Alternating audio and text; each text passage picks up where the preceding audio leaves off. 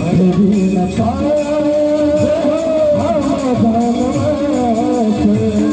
आठवीन पाय हम धनवास आठवीन पाय हम धनवास आठवीन पाय हम धनवास।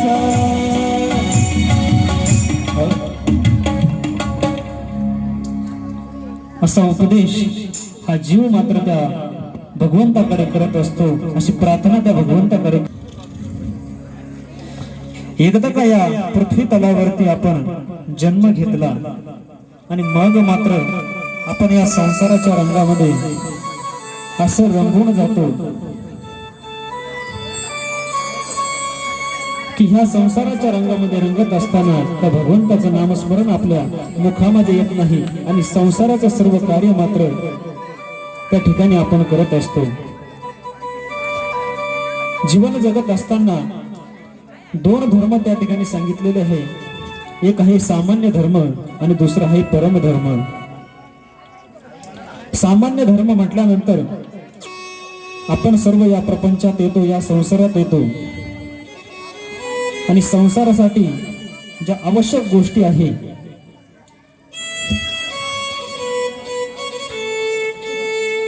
ज्या तीन अत्यावश्यक गोष्टी आहे त्या मात्र सर्वांसाठी गरजेच्या असतात, परंतु आपण या संसारामध्ये त्या ठिकाणी एवढं रंगून जातो की सामान्य धर्माचं आपण पालन करता करता आपलं आयुष्य त्या ठिकाणी निघून जातं, परंतु परम धर्माची आपल्याला त्या ठिकाणी आठवण राहत नाही।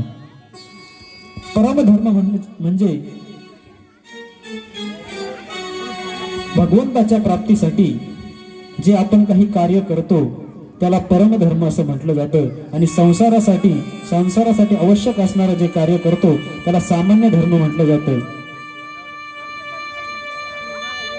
परंतु सामान्य धर्म आणि परम धर्म या दोन्हींचा आयुष्यामध्ये निम्मा निम्मा वाटा असला पाहिजे।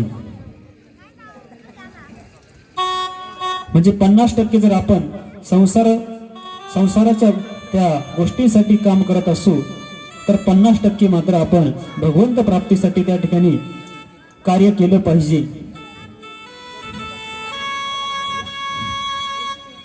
परंतु आपलं बालपण त्या ठिकाणी आद्यगुरु शंकराचार्यांनी चरपट पंजरिका स्तोत्रामध्ये सांगितलेलं आहे की बालपणावत क्रीडासक्त तरुणावस्थ तरुणी रक्त आणि वृद्धावस्थ चिंता बघणं करे ब्रह्मणा कोपी लग्न। म्हणजे या श्लोकाचा अर्थ असा आहे की बालपण आपलं खेळता खेळता त्या ठिकाणी निघून जातं।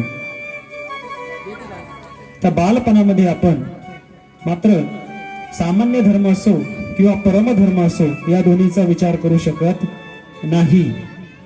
त्यानंतर आयुष्यातील दुसरा भाग त्या ठिकाणी सुरू होतो, तो म्हणजे तरुण अवस्था। परंतु तरुण अवस्थेमध्ये आपण त्या ठिकाणी एवढं मग्न होऊन जातो की अंगामध्ये ताकद असते आणि या रक्ताच्या जोरावरती भगवंत दूर आणि त्यावेळेस सुद्धा आपल्याला त्या भगवंताचं नामस्मरण करण्यासाठी वेळ मिळत नाही आणि जी पुढील तिसरी अवस्था त्या ठिकाणी येते ती म्हणजे वृद्ध अवस्था। आणि वृद्ध अवस्थेमध्ये आपण त्या ठिकाणी चिंतामग्न होऊन जातो की आपल्या पोटी जन्माला आलेल्या मुलांचं योग्य संगोपन आणि योग्य प्रकारे वर्तन ते करता आहे की नाही यामध्येच आपलं सर्व त्या ठिकाणी वृद्धापकाळ सुद्धा निघून जातो। आणि मात्र त्या ठिकाणी चौथी अवस्था अशी येते की एवढं सगळं केल्यानंतर जर आपण केलं नाही तर मात्र चौथ्या आयुष्यामध्ये आपण त्या अवस्थेमध्ये काहीही करू शकत नाही। आणि म्हणून जन्माला येण्याच्या अगोदर आपलं मन हे त्या ठिकाणी असं निर्मळ असतं, कुठल्याही प्रकारचा मळ लहान मुलगा जर आपण बघितलं तर त्याच्या ठिकाणी कोणतेही दोष त्या ठिकाणी नसतात, परंतु जसं जसं मोठं होऊ लागतं तसं तसं मात्र त्याच्या स्वभावामध्ये एक एक बदल होत चालतो आणि तरुण अवस्थेमध्ये त्याच्या स्वभावामधील बदल असा असतो की त्या तरुण अवस्थेमध्ये तो कोणाला मानायला तयार नसतो.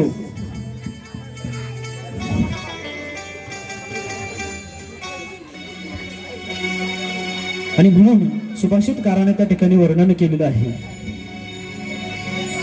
मैं कब बना संसारी मुझे होश ना था, मैं कब बना संसारी मुझे होश ना था, मेरा निर्मल निर्मल मन था कोई दोष ना था, मेरा निर्मल निर्मल मन था कोई दोष ना था, ओ मेरा निर्मल निर्मल मन था कोई दोष ना था, मेरा निर्मल निर्मल मन था दोष ना था, मेरा निर्मल निर्मल मन था दोष ना था, मेरा निर्मल निर्मल निर्मल मन था दोष ना था.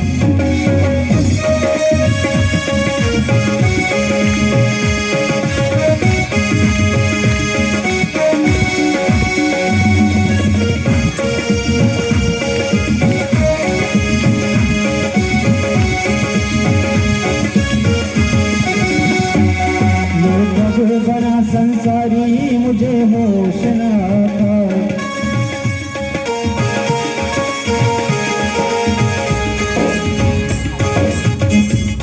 मैं कब बना संसारी मुझे होश ना था, मेरा निर्मल निर्मल मन था कोई दोष ना था, मेरा निर्मल निर्मल मन था कोई दोष ना था, मेरा निर्मल निर्मल मन था कोई दोष ना था, मेरा निर्मल निर्मल मन था कोई दोष ना था, मेरा निर्मल निर्मल मन था कोई दोष ना था, मेरा निर्मल निर्मल मन था कोई दोष ना था.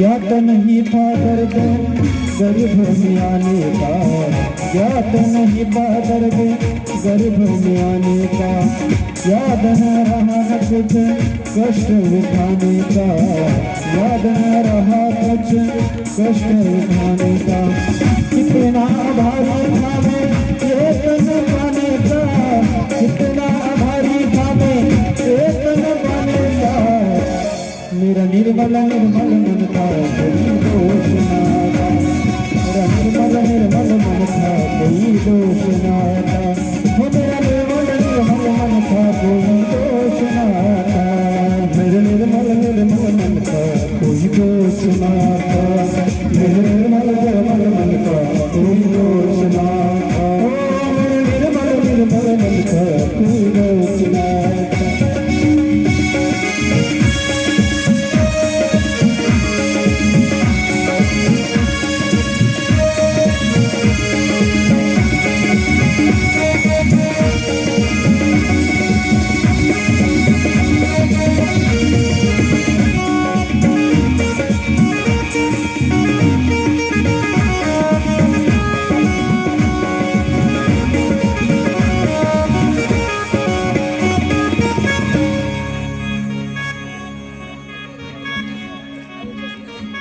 असा विसर आपल्याला त्या ठिकाणी पडून जातो की आपलं मन त्या ठिकाणी निर्मळ असतं, परंतु जसं जसं जीवन पुढे जाईल मात्र त्या मनामध्ये एक एक या जमान्याचा रंग त्या ठिकाणी भरायला सुरुवात होतो आणि या रंगाच्या छटा मात्र तरुण अवस्थेमध्ये अशा दिसू लागतात की त्या अवस्थेमध्ये आपण त्या ठिकाणी कुणाचं मानायला तयार नसतो, परंतु ही रंगाची छटा जास्त दिवस त्या ठिकाणी टिकत नसते ऐकायचं नसेल तर उठा नाही इथून. कशाला बडबड करून राहिले रे? काय पोर आहे काय शिव्या देऊन राहिले का रे? कोण तू ते शिवी देणार?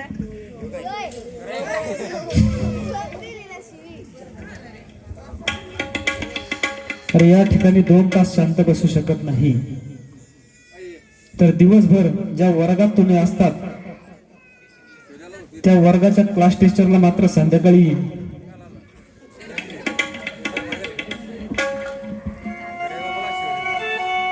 असो आपण या ठिकाणी बाबांचे जे अनन्य भक्त आहे त्याकडे आज वळणार आहोत. त्या दिवशी प्रथम आपण जे हेमांड पंत आहे त्यांचं वर्णन या ठिकाणी बघितलेलं आहे की ज्या हेमांड पंतामुळे आपल्याला पवित्र असा हा साई चरित्र ग्रंथ आज 100 वर्षानंतरही अनुभवायला मिळतोय. तसेच बाबांचे दुसरे अनन्य भक्त म्हणजे दास गणू महाराज उर्फ गणेश दत्तात्रय सहस्रबुद्धी असं ज्यांचं नाव. आपण कालपर्यंत या अनंत कोटी ब्रह्मांड नायकाच्या जीवन चरित्रामध्ये एक प्रसंग त्या ठिकाणी बघत आलो. परंतु जेव्हा बाबांची ख्याती दिवसेंदिवस मात्र आता वाढायला लागली आणि तशी त्या पवित्र अशा द्वारकामाईमध्ये येणाऱ्या भक्तांची संख्या सुद्धा वाढत चालली होती. परंतु या दास गणू महाराजांनी मुंबई व ठाणे जिल्ह्यातील हजारो महाराजांचे अनुयायी या ठिकाणी तयार करून ठेवले. मुंबईच्या परिसरामध्ये आजही आपण मुंबई जर बघितली तर मुंबईवरून हजारो पालख्या या शिर्डीला येताना दिसतात. त्याचं कारण म्हणजे दास गणू महाराजांनी त्यावेळेस त्या मुंबई व ठाणे परिसरात साई महाराजांची ख्याती अशा पद्धतीने पसरवली होती की एकदा तरी शिर्डीला आल्यानंतर मात्र त्या ठिकाणी तुमच्या मनोकामना आहे ते त्या ठिकाणी पूर्ण होतात. आणि साईबाबांनी जर तुम्हाला शिर्डीला बोलावलं तर मात्र मोठ्या आनंदाने आपण त्या ठिकाणी मनोभावाने शिर्डीत जाऊन साईनाथांचं जर दर्शन घेतलं तर आपल्या ठिकाणी असलेला सर्व दोष त्या ठिकाणी निघून जातात आणि आपण पवित्र असा त्या ठिकाणी अनुभव घ्यायला सुरुवात करतो. मुंबई व ठाणे परिसरात दास गणू महाराजांनी आपल्या बुद्धी कौशल्याच्या जोरावरती साई महाराजांचे विचार त्या ठिकाणी सांगण्यास सुरुवात केली होती.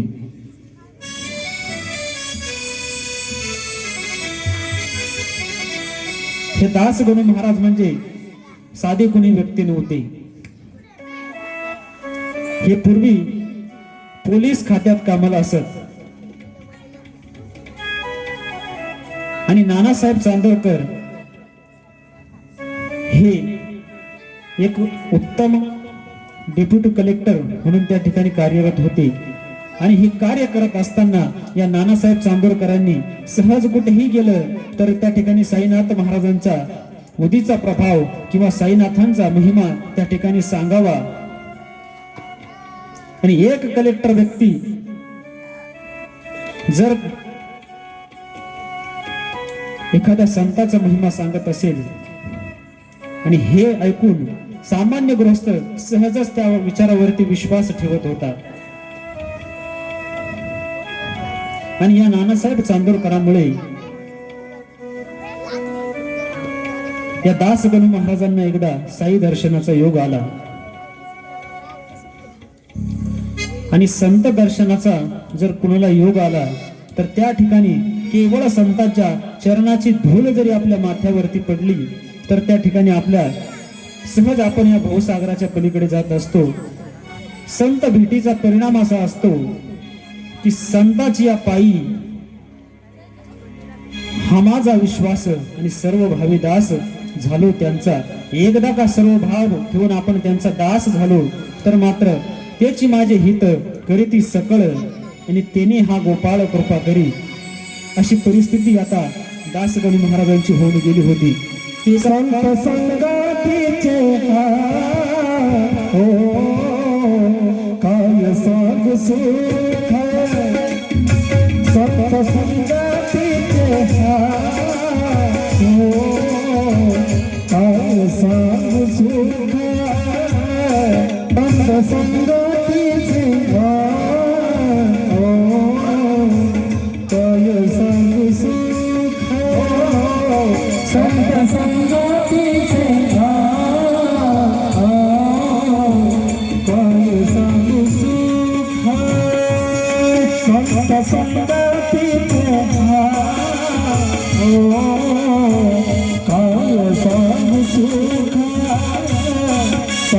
संगातीचे काय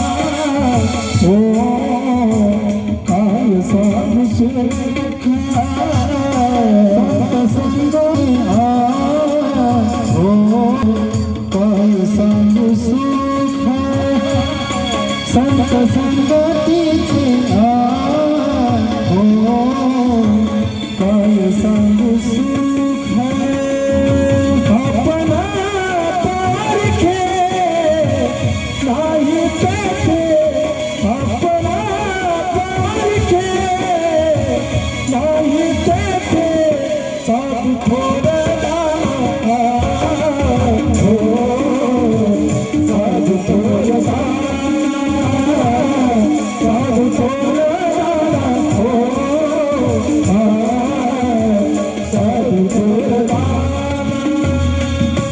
आपण पारखे नाही तेथे आपण पारखे नाही तेथे साधू थोडं साधू थोडं साधु थोर हो साधु थोर साधु थोर हो साधु थोर आणि जेव्हा हे दासगणू महाराज मात्र त्या पवित्र अशा द्वारकामाईची पायरी चढले त्यावेळेस दासगणू महाराजांची परिस्थिती अशी होऊन गेली साई महाराजांचा प्रभाव त्यांच्यावरती इतका पडला की त्यांनी नोकरी सोडून देऊन श्री संत साई चरित्राचा कीर्तन रूपाने त्या ठिकाणी प्रसार करण्यास सुरुवात केली. आजही आपण साईनाथ प्रभूंचे जे गुरुपाठाचे अभंग असतील त्या गुरुपाठाच्या अभंगावरती किंवा शिर्डीत गेल्यानंतर त्या ठिकाणी गुरुपाठाच्या अभंगाचं त्या संस्थांमध्ये अखंडपणे त्या ठिकाणी त्या लाऊडस्पीकरवरती अखंड त्या पारायण चालू असतं. ते गुरुपाठाचे अभंग म्हणजे त्या दासगणू महाराजांनी लिहिलेले अभंग.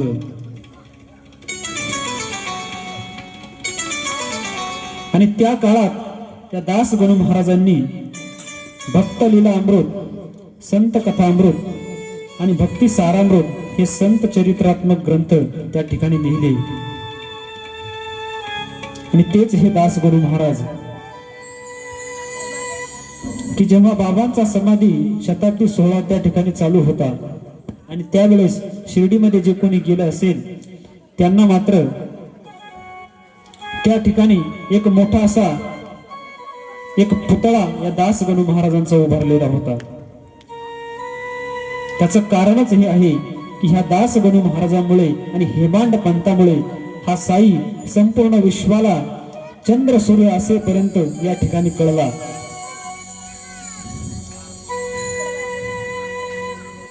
आणि या दासगणू महाराजांनी ज्ञानेश्वर महाराजांचा जो अमृत अनुभव ग्रंथ आहे त्यावरती सुद्धा मराठीमध्ये टीका केलेली आहे.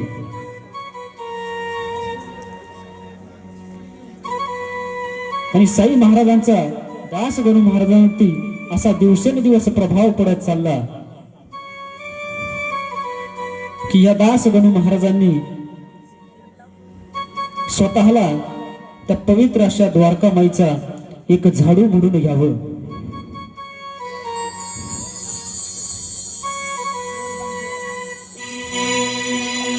स्वतःला झाडू म्हणून घ्यावं आणि सहज द्वारकामाईमध्ये गेल्यानंतर त्यांच्या मुखातून ते एक भजन त्या ठिकाणी निघावं. साई रहम नजर करना, बच्चों का पालन करना. साई रहम नजर करना, बच्चों का पालन करना. साई रहम नजर करना, बच्चों का पालन करना. साई रहम नजर करना, बच्चों का पालन करना. जाना तुमने जगत पसारा, सब ही झूठ जमाना रे. साई रहम नजर करना, बच्चों का पालन करना. साई रहम नजर करना, बच्चों का पालन करना. साई रहम नजर करना, बच्चों का पालन करना. साई रहम नजर करना, बच्चों का पालन करना.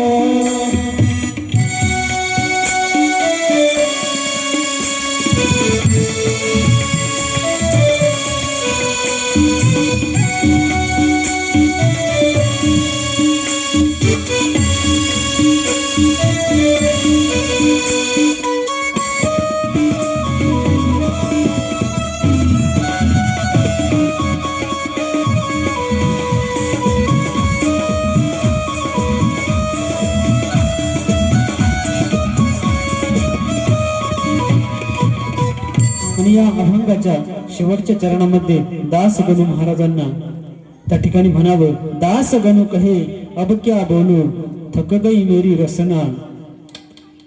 मैं बंदा हूँ, मैं अंधा हूँ, बंदा आपका, मुझको चरण दिखलाना. अपने मस्जिद का झाडू गणू हे.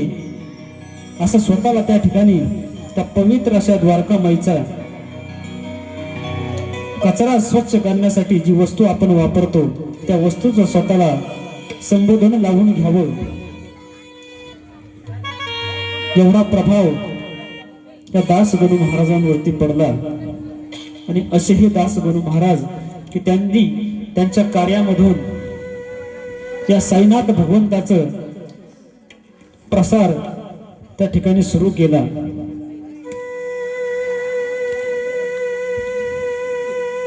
आणि असंख्य या साईनाथांच्या चरित्रावरती असलेले पुस्तक या दास गणू महाराजांनी त्या ठिकाणी लिहून काढले, ग्रंथ त्या ठिकाणी लिहून काढले. आणि त्यानंतर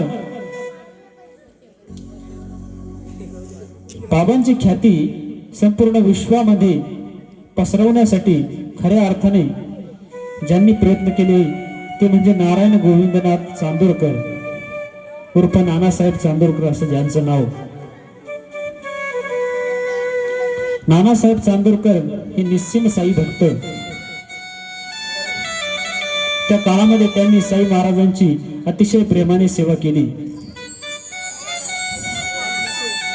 की एक स्वतः डेप्युटी कलेक्टर असणारा हा माणूस परंतु एका फकीराची कीर्तीने एवढा प्रभावित होऊन जावा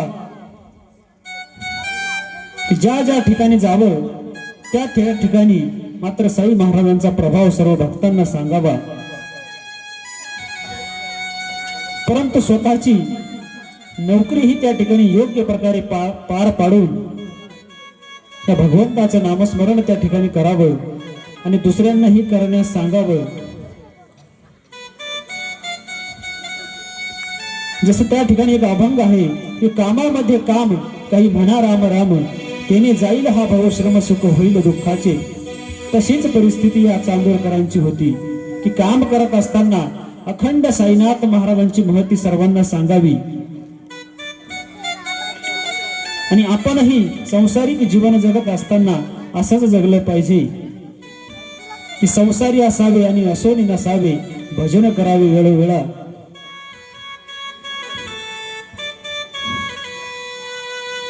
हे दास गणू महाराज म्हणजे डेप्युटी कलेक्टर असताना मात्र साईनाथ प्रभूंची सेवा त्यांनी कशी केली किंवा कसा प्रभाव त्यांच्यावरती पडला त्याचा एक प्रसंग आहे. एकदा साईनाथ भगवंत त्या द्वारकामाईमध्ये बसलेले असताना जेव्हा चांदोरकर पहिल्यांदा साईबाबांच्या दर्शनासाठी आली, हा व्यक्ती म्हणजे प्रखर अशी बुद्धी आणि या बुद्धीच्या जोरावरती या साईनाथांची महती या व्यक्तीने वाढवली. परंतु साईबाबांवरती सहज त्यांचा विश्वास बसलेला नव्हता. की श्री गीतेमध्ये एक श्लोक त्या ठिकाणी आलेला आहे, तद्विद्धी प्रणिपातेन परिप्रश्नेन सेवया उपदेशन्ति ते ज्ञानम ज्ञानिन तत्वदर्शिनः. हा गीतेमधला एक श्लोक आहे आणि या श्लोकावरती बाबा आणि चांदोरकर यांच्यामध्ये एक तासभर त्या ठिकाणी चर्चा चालली. आणि जेव्हा बाबांनी या श्लोकाचा यथार्थ अर्थ त्या चांदोरकरांना सांगितला, तेव्हाच मात्र चांदोरकरांनी या बाबांच्या चरणावरती नतमस्तक झाली. असे सहज त्या ठिकाणी नतमस्तक झाले नाही, की स्वतः भगवंताच्या मुखामधून निघालेली श्री गीता आणि त्या गीतेच्या एका श्लोकावरती काहीही शिक्षण झालेला नाही असा हा फकीर. आणि या फकीराने 1-2 तास एका श्लोकावरती चिंतन मांडावं आणि समोर बसलेला असलेला हा कलेक्टर माणूस याचं अज्ञान दूर करावं ही सोपी गोष्ट नाही. की रस्त्यावर फिरत असलेल्या त्या फकीरानं गीतेमधील श्लोकावरती त्या ठिकाणी वर्णन करावं आणि एका कलेक्टर माणसाने ते ऐकावं आणि मग या फकीराच्या चरणी लीन व्हावं. तद्विद्धी प्रणिपातेन परिप्रश्नेन सेवया उपदेशन्ति ज्ञानम ज्ञानिनः तत्वदर्शिनः. आणि जेव्हा या श्लोकाचा खरा अर्थ या चांदोरकरांना कळावा, त्यावेळेस मात्र बाबांच्या चरणी हा चांदोरकर तेव्हापासून बाबांच्या दरबारामध्ये सेवेला लागला. आणि सेवा करत असताना एक अतिशय महत्वाचं काम या चांदोरकरांनी त्यावेळेस केलं, ते म्हणजे बाबा वास्तव्य करीत असलेली जी मस्जिद आहे तिचं जीर्णोद्धाराचं काम या चांदोरकरांच्या त्या निगराणीखाली पूर्ण झालेलं आहे. जेव्हा बाबांचे भक्त या मस्जिदीकडे येऊ लागते, त्या द्वारकामाईकडे येऊ लागले, त्यावेळेस मात्र द्वारकामाईची परिस्थिती अशी होती की फक्त वरती पत्रे त्या ठिकाणी टाकलेले होते आणि पाऊस जरी आला तरी सहज त्या ठिकाणी पाणी आत यायचं. अशी परिस्थिती त्यावेळेसची त्या शिर्डीमध्ये होती. आज आपण गेलं तर त्या ठिकाणी संपूर्ण डेव्हलपमेंट आपल्याला झालेली दिसते. परंतु खऱ्या अर्थाने या चांदोरकरांच्या ज्या कष्टामुळे त्या द्वारकामाईचा जीर्णोद्धार त्या ठिकाणी झाला.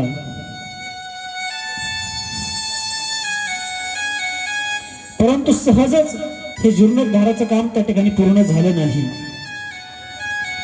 हे काम चालू असताना बाबा केव्हाही त्या ठिकाणी त्या चांदोरकरांवरती राग भरत, कधी प्रेमाने त्यांच्याशी वागत.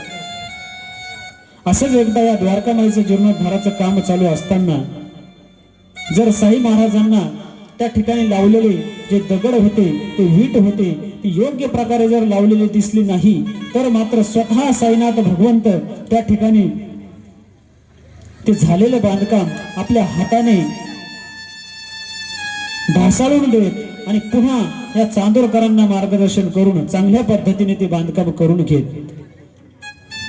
आणि जर त्या ठिकाणी काही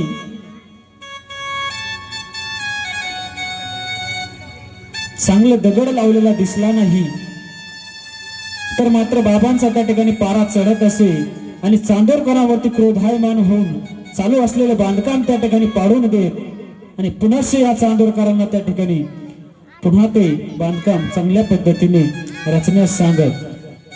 आणि चांदोरकरांनी सुद्धा निमूटपणे ते सर्व ऐकून घ्यावं आणि थोडा वेळ बाबांचा राग शांत झाल्यानंतर पुन्हा त्या बांधकामा शेजारी जावं आणि काम सुरू असलेल्या त्या गवंड्यांना सांगावं की ही जरी या साईनाथ भगवंताने ते नुकसान केलं, ते पाडलं, ते पाडू द्या, पुन्हा आपण त्या ठिकाणी ते योग्य प्रकारे रचून पुन्हा कामास सुरुवात करून द्यावी.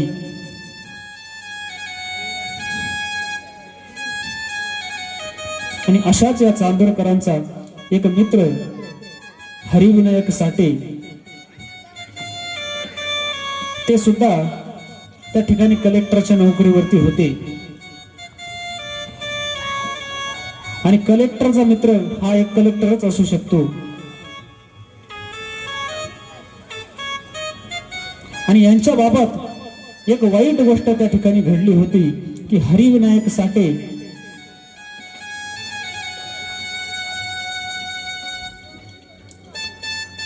त्या ठिकाणी कार्यरत असताना त्यांची पत्नी मात्र त्या ठिकाणी पंचत्व पावली.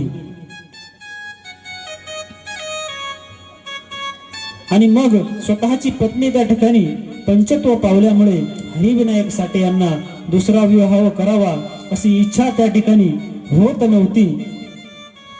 परंतु स्वतःचा मित्र त्या ठिकाणी संकटात आहे म्हणून या चांदोरकरांनी पुन्हा पुन्हा त्या हरिविनायक साठ्यांना विनंती करावी.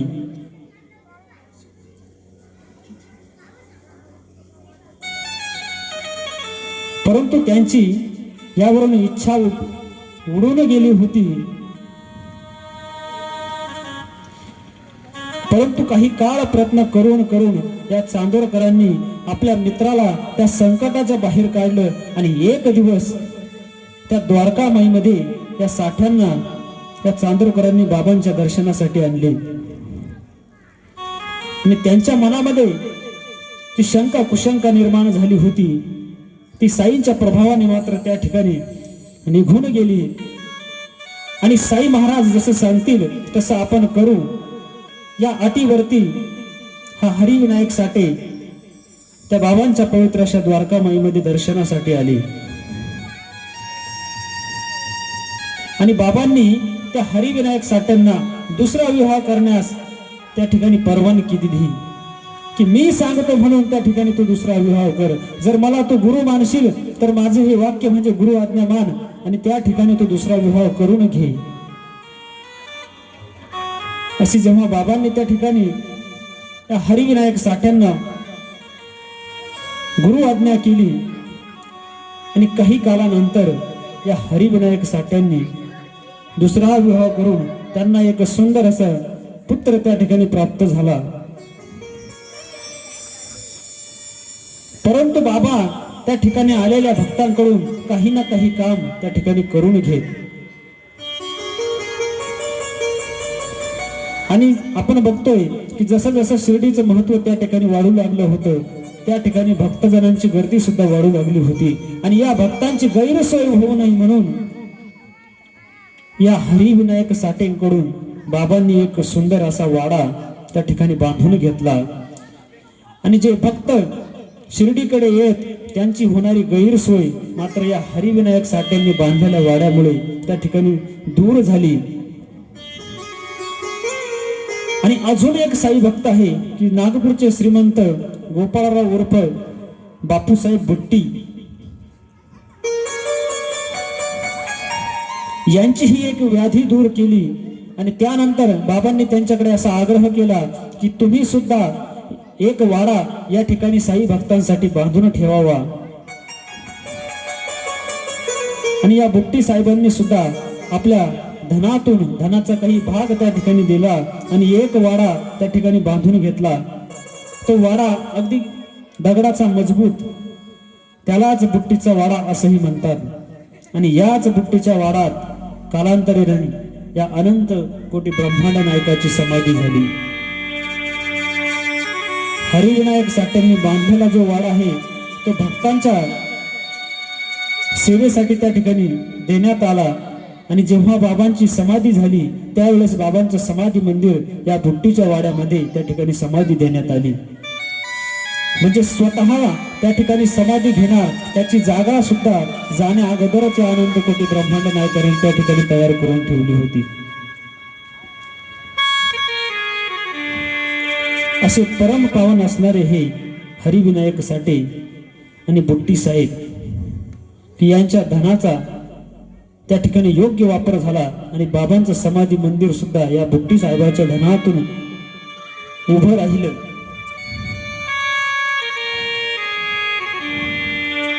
एवढी भक्तांची श्रद्धा त्या अनंत कोटी ब्रह्मांड नायकावरती जडली होती की सहज जरी एखादी मागणी करावी तर या भक्तांनी माग न जाता पुढे यावं आणि जे काही लागेल ते बाबांना त्या ठिकाणी पुरवावं. आणि मात्र आता त्या ठिकाणी त्या द्वारकामाई शेजारी 2 सुंदर असे छोटे छोटे वाडे आता तयार झाले होते.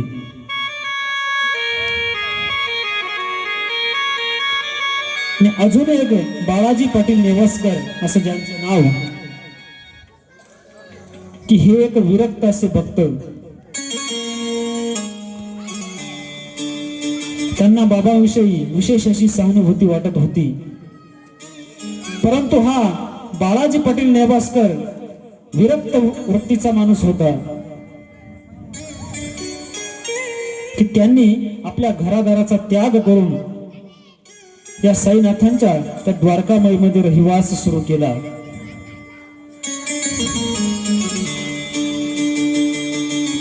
परंतु ते स्वतः या ठिकाणी आले आणि ज्यांची शेती त्या नेवाशाला होती त्या शेतीमधून निघणारं उत्पन्न सुद्धा ते स्वतः तर या ठिकाणी आलेच होते, परंतु शेतीचं उत्पन्न होतं ते सुद्धा वर्षाकाठी या साईनाथ भगवंताच्या चरणी अर्पण करावं. संपूर्ण विरक्त अशी भावना या नेवासकरांची त्यावेळेस साईनाथांच्या चरणावरती जडलेली होती.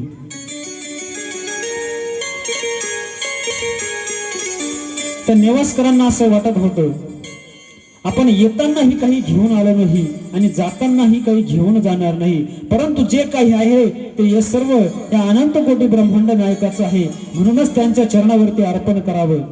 परंतु त्यांच्या घरचे जे व्यक्ती होते त्यांना हे सहन होत नव्हतं. त्यांनी पुन्हा पुन्हा शिर्डीकडे यावं, त्या नेवासकरांना विनंती करावी की आपण या ठिकाणी न राहता आपल्या घरी चालावं. परंतु नेवासकरांनी या घरच्यांच्या म्हणण्याला कधीही प्राधान्य दिलं नाही आणि त्या फकीराच्या सेवेमध्ये मग्न राहिले.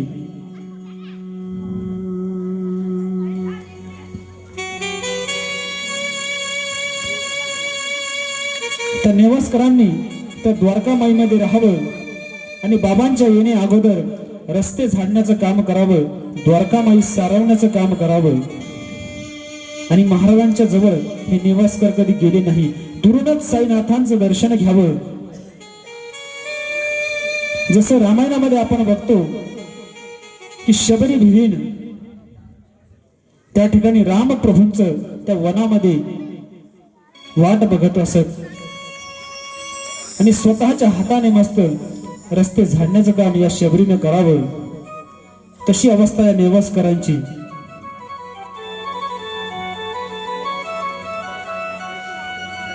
दुरून साईबाबांचं दर्शन घेतल्यानंतर पाणी जरी प्यायचं असेल तरी मात्र साईनाथ प्रभूंना त्या ठिकाणी आंघोळ घालून जे चरण तीर्थ असेल ते या नेवासकरांनी प्राशन करावं. अशी वृत्ती या नेवासकरांची झालेली होती.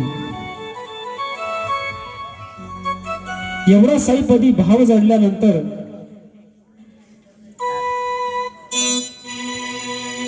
अनेक रूपामध्ये अनेक रंगामध्ये या साईनाथांना भक्तांनी बघावं.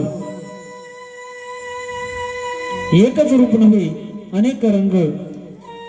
कोणच्या हाताने हा साईनाथ भगवंत त्यांना मदत करेल म्हणून त्या ठिकाणी एका भजनामध्ये आपण सर्व ऐकत असतो किंवा मुखाने म्हणत असतो,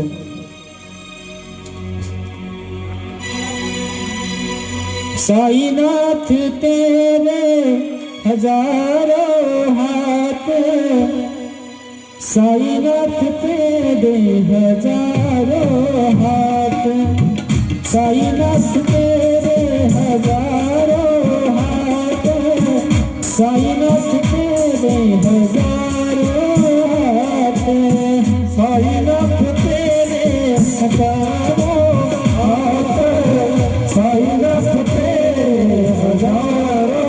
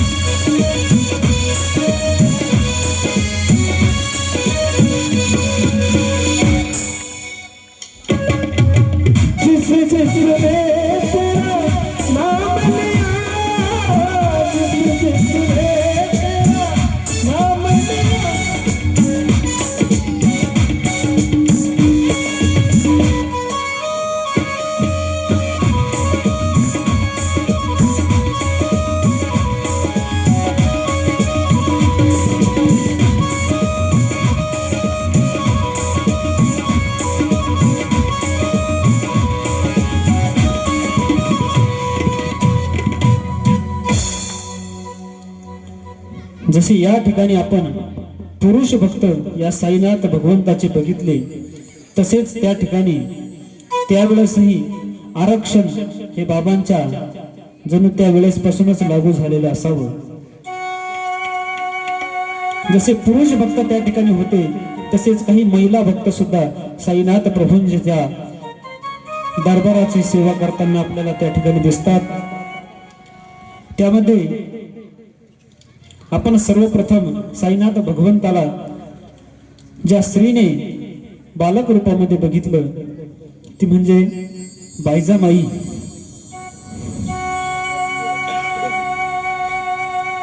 आणि ह्या बायजामाईने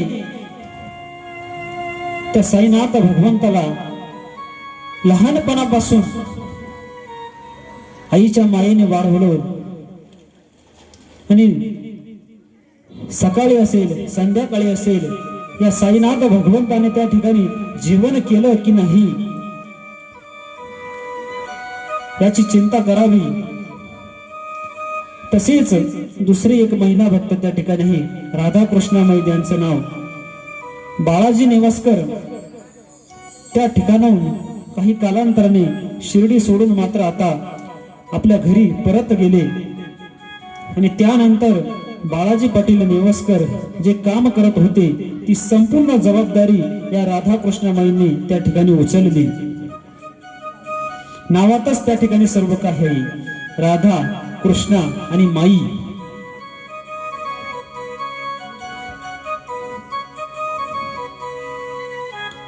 परंतु स्वभाव असा या स्त्रीचा का त्या ठिकाणी अतिशय प्रेमळ भक्तीच्या लहरी सदैव त्यांच्या चेहऱ्यावरती असाव्या. अतिशय गरीब घरची परिस्थिती अशी अतिशय गरीब या स्त्रीची, परंतु साईनाथांची सेवा पूर्ण तन मन आणि धनाने त्या ठिकाणी रात्रंदिवस सेवा करावी.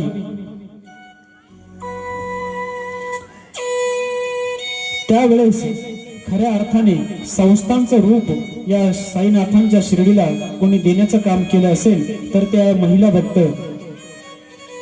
राधा कृष्णामाई. आपण जसं म्हणतो एका यशस्वी पुरुषाच्या मागे एका स्त्रीचा हात असतो, तसा या अनंत कोटी ब्रह्मांड नायकाच्या त्या द्वारका माईला त्या शिर्डीला संस्थांचं रूप या राधा कृष्णामाईने आपल्या अथक परिश्रमातून त्यावेळेस आणून दिलं. या स्त्रीने त्या ठिकाणी निरनिराळे जे भक्त त्या ठिकाणी येत होते त्यांच्याकडून काहीतरी वस्तू दानात घ्याव्या. आणि त्या चावडीमध्ये त्या द्वारकामाईमध्ये त्या वस्तू आणून येणाऱ्या भक्तांसाठी विविध तऱ्हेचे जे आवश्यक वस्तू आहे त्या खरेदी कराव्या.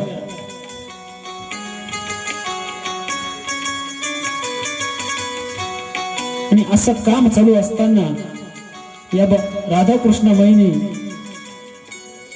साईनाथ महाराजांची काकड आरती त्यावेळेस सुरू केली. आणि आरतीच्या वेळेस चवरे छत्र चामरे महाराजांवरती ढळू लागली. काकड आरती जर कोणाच्या निर्णयामधून त्या ठिकाणी उगम पावली असेल तर ती ही महिला भक्त राधाकृष्णामाई. चावडीमध्ये महाराजांना जाताना वाजत त्या पालखीमध्ये बसून ती पालखी सुशोभित करण्याचं काम ही राधाकृष्णामाई त्यावेळेस करत असे.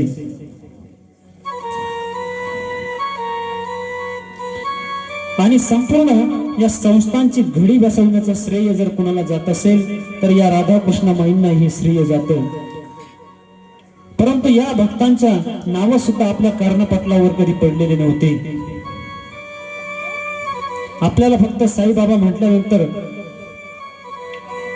जे काही आठवतं एक छोटा मुलगा, निंबाचा वृक्ष, परंतु या भगवंताची कीर्ती संपूर्ण जगामध्ये पसरवण्यासाठी हे भक्त त्या ठिकाणी कारणीभूत ठरलेले आहे. आपल्या शास्त्रामध्ये त्या ठिकाणी सांगितलेलं आहे की यत्र नारीस पूजन्ते रमन्ते तत्र देवतः, म्हणजे ज्या ठिकाणी स्त्रीचा सन्मान केला जातो त्या ठिकाणी देवांचा वास असतो. असा सन्मान या स्त्रियांचा या अनंत कोटी ब्रह्मांड नायकाने त्यावेळेस केला. पुरुष असतील, स्त्रिया असतील, सर्वांना प्रेमानं जवळ घ्यावं आणि स्त्रीचा आदर करणे हा आपल्या संस्कृतीचा एक भाग आहे. आणि हेच आपल्याला त्या छत्रपती शिवाजी महाराजांनी सुद्धा त्यावेळेस सांगितलेलं आहे की जोपर्यंत आपण स्त्रीचा आदर करण्यास शिकत नाही तोपर्यंत मात्र आपलं जीवन त्या ठिकाणी चांगल्या प्रकारे पुढे जाणार नाही. आणि म्हणूनच स्त्रीचा आदर हे जीवनात आद्य कर्तव्य असावं. पतीची सेवा करणं ह्यो स्त्रीचा धर्म आहे, परंतु पतीने सुद्धा याला आपला हक्क समजायचा नाही किंवा त्याचा अतिरेक त्या ठिकाणी करायचा नाही. आणि जर त्या ठिकाणी अतिरेक झाला तर मात्र अतिरेकातून कलह त्या ठिकाणी निर्माण होऊन परस्परामध्ये भांडण होऊन मात्र त्या ठिकाणी आपले जे संबंध आहे ते संबंध वाईट होऊ शकतात. ही शिकवण या अनंत कोटी ब्रह्मांड नायकाने या ठिकाणी दिली. त्यानंतर आपण आता साईनाथ भगवंताने शिर्डीमध्ये भक्तांसाठी जी हंडी सुरू केली त्या हंडीचं वर्णन या ठिकाणी करूया. की स्वतः त्या साईनाथ भगवंताला स्वतःच्या हाताने खिचडी तयार करावी आणि शिर्डीमध्ये येणाऱ्या त्या सर्व भक्तांना वाटावी. आणि या खिचडीसाठी जे काही लागणार सामान आहे ते मात्र स्वतः बाबांनी राहत्यास जावं आणि स्वतःच्या हाताने मसाले असतील किंवा खिचडीसाठी जे काही सामान असावं ते स्वतःच्या हाताने घेऊन यावं. कारण बाबांच्या द्वारका माईमध्ये अनेक भक्त त्यावेळेस येत होते, परंतु 2 वेळाचं अन्न त्यांना त्या ठिकाणी कशा प्रकारे चांगल्या प्रकारे मिळेल याची व्यवस्था मात्र बाबांनी आता त्या ठिकाणी सुरू केली होती.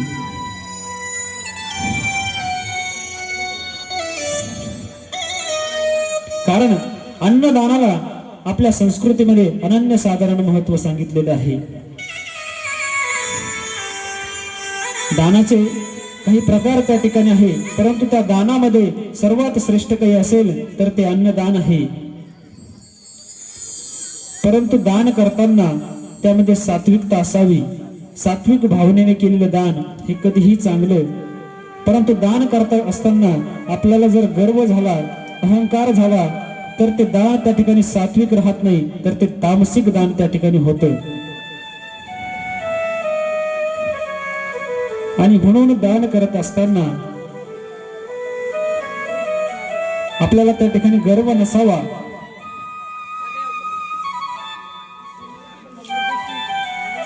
आणि ह्याच अन्नदानाचं महत्व या साईनाथ भगवंतांनी त्या ठिकाणी वर्णन केलं आहे. आचार धर्म माझे प्रधान अग्रगण्य अन्नदान पाहू जाता तयाहून काही न आन श्रेष्ठत्वे. म्हणजे आचार धर्मामध्ये म्हणजे गृहस्थ आश्रमामध्ये जर काही श्रेष्ठ असेल तर ते अग्रगण्य असं अन्नदान आहे आणि त्याहूनही श्रेष्ठ दुसरं काही नाही.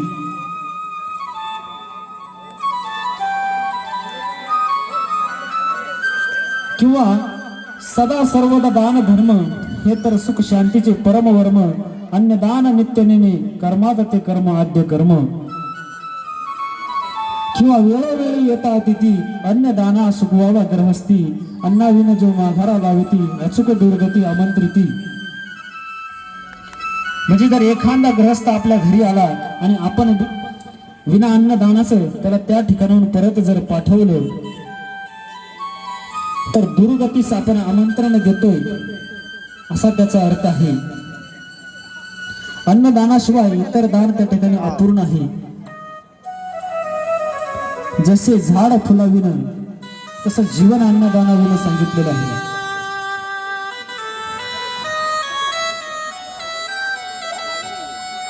आणि याच अन्नदानाच्या कल्पनेमधून बाबांनी हंडीची कल्पना त्या काळी स्वीकारली. त्या पवित्र अशा द्वारकामाईच्या अंगणामध्ये, मशिदीच्या अंगणामध्ये एक मोठी चूल त्या ठिकाणी मांडावी. मशिदीच्या अंगणात चूल एक मोठी रचित आणि त्यावरी विस्तीर्ण पातेले ठेवीत. जसं आपण या ठिकाणी बघतोय की या ठिकाणी 3 दगडांची चूल मांडलेली आहे आणि तिच्यावरती ती डेग त्या ठिकाणी ठेवण्यात आलेली आहे. आणि त्या विस्तीर्ण पातेल्यामध्ये नियमित पाणी घालीत. कधी चावल करीत म्हणजे त्या ठिकाणी बाबा फोटो मारायचे का? खिचडी करण्याचं काम त्या ठिकाणी करत. मसाला स्वतः बाबा त्यांच्या हाताने पाट्यावरती वाटून घेत. अरे यार लय भारी आलता. आणि जेव्हा शिर्डीमध्ये भक्त मोठ्या प्रमाणावर येत त्यावेळेस मोठी हंडी हा अनंत कोटी ब्रह्मांड नायक त्या ठिकाणी करत. आणि जर भक्तांची संख्या कमी असेल त्यावेळेस छोटी हंडी त्या ठिकाणी करत. बाजूला आहे ना 50 जना पुरेसे अन्न पूर्वी ती हंडी लहान आणि जे 100 पात्रे जेवण उरे ती हंडी मोठी.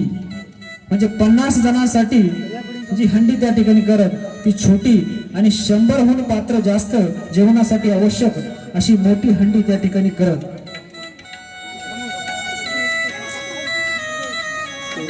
स्वतः त्या मशिदीच्या अंगणामध्ये त्या ठेवलेल्या चुलीवरती एकदम क्लिअर त्या ठिकाणी बाबांनी लाकडे आणून अग्नी प्रज्वलित करावा आणि त्यावरती ती विस्तीर्ण अशी डेग स्वतःच्या हाताने ठेवून त्यामध्ये पाणी टाकून तांदूळ त्यामध्ये टाकून बाबांनी ती खिचडी शिजवण्यास सुरुवात करावी. परंतु ताकद एवढी होती की त्या तापलेल्या हंडीमध्ये स्वतःचा हात त्या ठिकाणी घालावा. पूर्ण जाळ खालून त्या हंडीला चाललेला होता आणि स्वतःचा हात त्या धगधगत्या त्या जाळेच्या त्या पातेल्यामध्ये टाकावा आणि त्या ठिकाणी भक्तांसाठी सुंदर अशी खिचडी या साईनाथ भगवंताने तयार करावी. एवढी अगम्य शक्ती त्या अनंत कोटी ब्रह्मांड नायक अंगामध्ये येऊन त्या ठिकाणी ठेपलेली होती की एवढा उकळत्या त्या अधनामध्ये हात घातला तरी मात्र त्याची कुठलीही इजा त्या अनंत कोटी ब्रह्मांड नायकाला होत नव्हती. कारण आपले भक्त त्या ठिकाणी उपाशी पोटी बसलेले आहे आणि त्यांना अन्नदान आपल्याला करायचं आहे. याच हेतूतून त्या अनंत कोटी ब्रह्मांड नायकाने त्यावेळेस शिर्डीमध्ये त्या हंडीचा उपक्रम सुरू केला. जसं त्यावेळेस अनंत कोटी ब्रह्मांड नायक त्या मस्जिदीच्या समोर हंडी करत तोच देखावा या ठिकाणी आपण या तरुण मित्र मंडळाने अतिशय व्यवस्थितपणे या ठिकाणी साकारण्याचा प्रयत्न केलेला आहे. आणि एकदा का त्या ठिकाणी खिचडी शिजवून तयार झाली मग मात्र जे भक्त दीन दुबळे अंधू पंगू बधीर त्यांना त्या ठिकाणी बाबांनी जेवण घालावं. जे अंधळे त्या ठिकाणी आलेले असतील किंवा ज्यांना नीट चालण्यासाठी पाय नाही डोळे नाही अशा व्यक्तींना सुरुवातीला द्यावं आणि नंतर मात्र जे आपतेष्ट बाकीचे सर्व भक्त आहे त्यांना खिचडी बाबांनी स्वतःच्या हाताने त्या ठिकाणी तयार करून घालावी. एवढं अन्नदानाचं महत्व त्या अनंत कोटी ब्रह्मांड नायकाला समजलेलं होतं. त्याच उदात्त हेतूतून या साईनाथ भगवंताने या हंडीचा क्रम त्या ठिकाणी सुरू केला.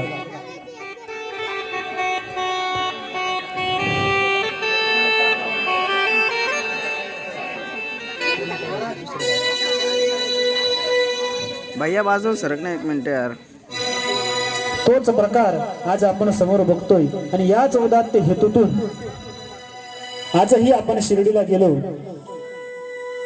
तर एवढं मोठं प्रसादालय आपल्याला दिसतंय की त्यावेळेस बाबांनी सुरू केलेला हा उपक्रम आजही अहोरात्र या संस्थांनी भक्तांच्या कल्याणार्थ सुरू केलेला आहे. आणि म्हणून एवढं मोठं प्रसादालय दिवस रात्र भगवंताच्या सेवेसाठीच आजही चालू आहे. आणि तीच खिचडी या ठिकाणी आज केलेली आहे आणि स्वतः भगवंत या भक्तांना ही खिचडी त्या ठिकाणी देत. आणि मग मात्र शिर्डीमध्ये आलेले जे सर्व काही भक्त आहे ते संतृप्त होऊन बाबांना आशीर्वाद देऊन त्या ठिकाणाहून निघून जात.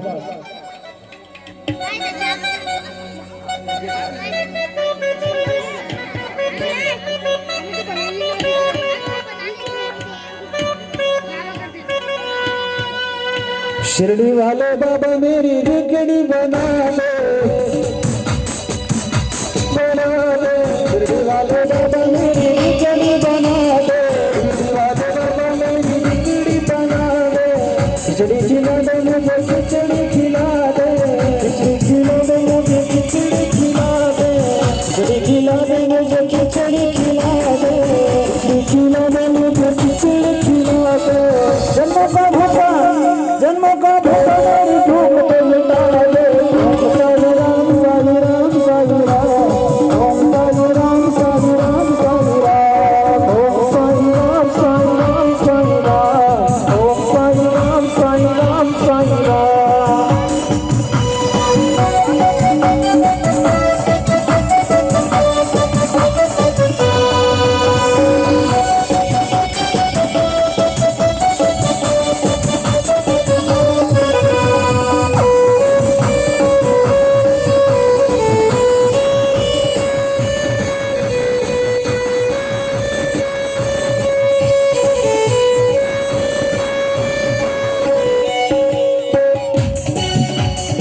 शिरडी वाले बाबा मेरी बिगड़ी बना दे, शिरडी वाले बाबा मेरी बिगड़ी बना दे, शिरडी वाले बाबा मेरी बिगड़ी बना दे, शिरडी वाले बाबा मेरी बिगड़ी बना दे.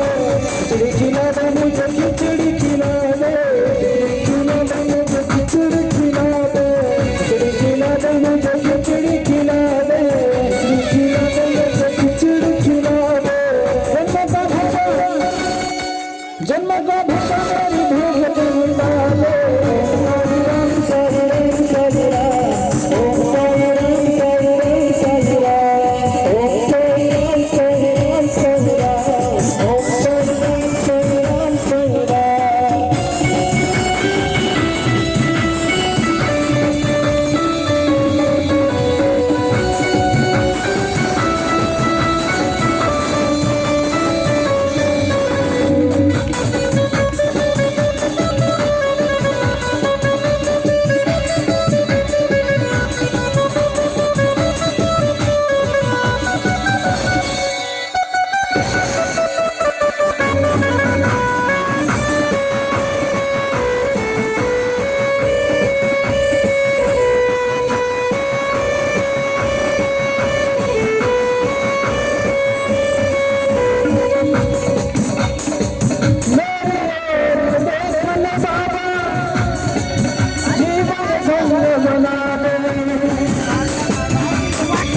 आज मेरी कुटिया में पानी से दिया जला दे,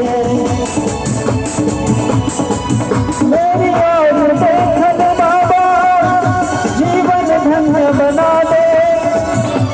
आज मेरी कुटिया में पानी से दिया जला दे. बाबा बाबा करता रहूँगा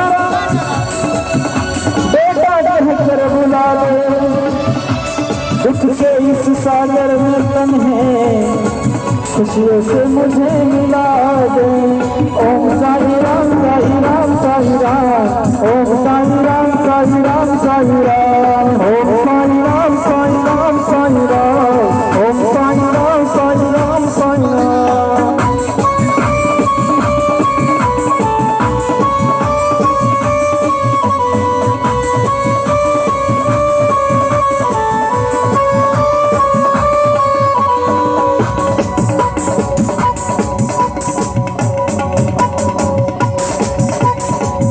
सागर में जितना पानी है तुम उतने दानी है,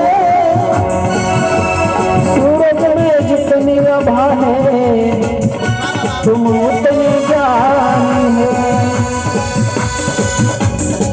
सागर में जितना पानी है तुम उतने ही दानी है, सूरज में जितनी आभा है तुम उतने जानी है। ओम साई राम साई राम साई राम, ओम साई राम साई राम साई राम, ओम साई राम साई राम साई राम, ओम साई राम साई राम साई राम।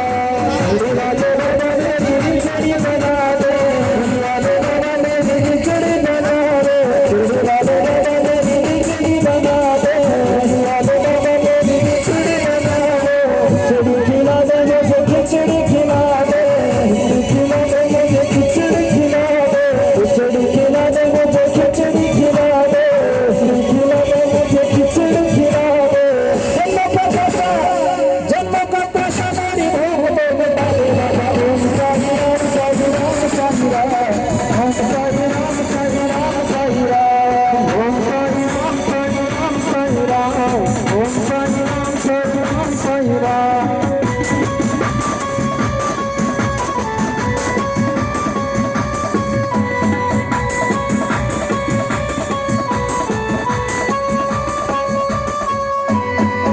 आसमान में फैला जितना रंग आसमानी, सारे जहां में इतनी तेरी चर्चा, इतनी तेरी कहानी।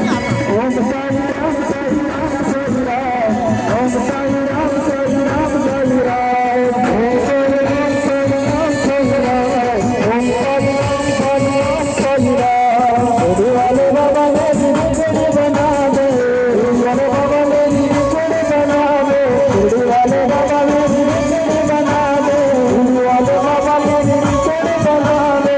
खिचड़ी खिला दे मुझे खिचड़ी खिला दे, खिला दे मुझे खिचड़ी खिला दे, खिचड़ी खिला दे मुझे खिचड़ी खिला दे, खिला दे मुझे खिचड़ी खिला दे।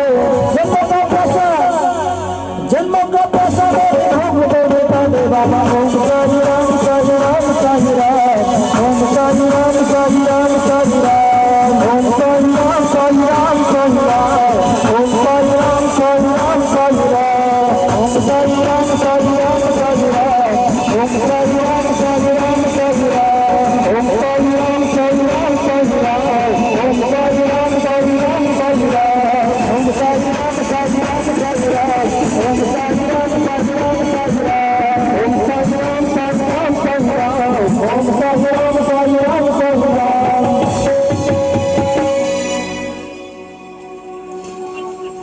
आणि अशी ही सुंदर हंडी बाबांनी त्यावेळेस शिर्डीमध्ये सुरू केली। परंतु या हंडीसाठी लागणारे जे साहित्य होते ते वाण्यांच्या तेलांच्या दुकानातून आणत, मात्र जेव्हा वाणी आणि तेली उधारीचे आकडे त्या ठिकाणी बाबांना सांगत, त्यावेळेस बाबांनी स्वतःच्या